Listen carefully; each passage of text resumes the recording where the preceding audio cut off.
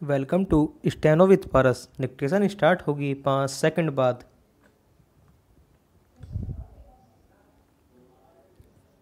Start. अध्यक्ष महोदय, आपने मुझे 10वीं पंचवर्षीय योजना पर बोलने का अवसर दिया, इसके लिए मैं आपका आभारी हूँ। आपने मुझे कम समय दिया, इसके लिए भी आभारी हूँ। अभी मेरे से पूर्व कुछ सदस्यों ने हम पर यह आरोप भी लगाया कि हम योजना में विश्वास नहीं रखते। उन्होंने तो यह भी कहा कि हमारे चुनाव घोषणा पत्र में भी उनको इस बारे में कुछ नज़र नहीं आया। मैं इस बारे में यह निवेदन करना चाहता हूँ कि उन्होंने कोई दूसरा घोषणा पत्र देखा, गलत घोषणा पत्र पढ़ा और उसी को हमारा घोषणा पत्र समझ बैठे।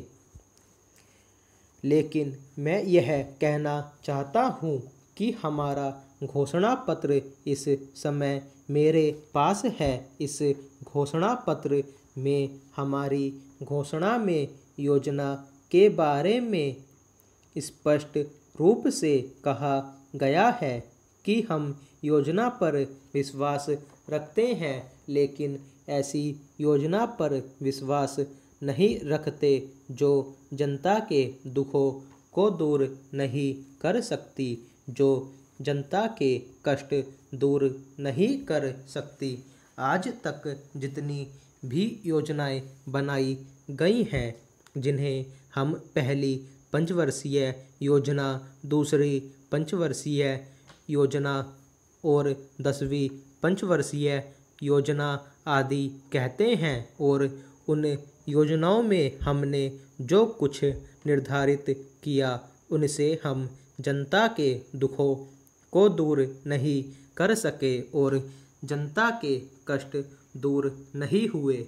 इन योजनाओं के परिणाम भी हमारे सामने हैं।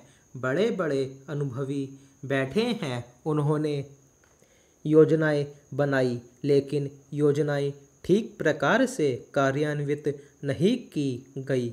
उन योजनाओं में काफ़ी दोष थे, जिसके कारण ये योजनाएं लोगों के दुखों को दूर नहीं कर सकी। लोग दुखी ही रहे।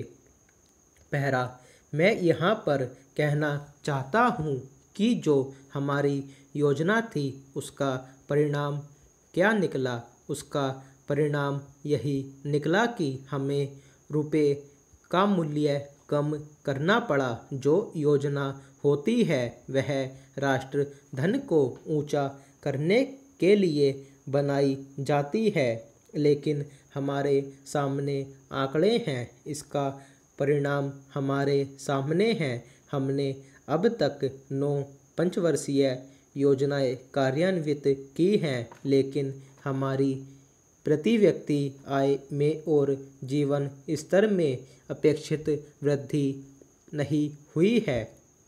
यह दुख की बात है। मैं यह कहना चाहता हूँ कि हमारा ऐसी योजना में विश्वास नहीं है जो जनता के कष्टों को, जनता के दुखों को दूर न कर सके। हम ऐसी योजना पर विचार करते हैं जो उनकी आयु बढ़ा सके, उनका आर्थिक विकास कर सके, उन्हें उन्नत कर सके।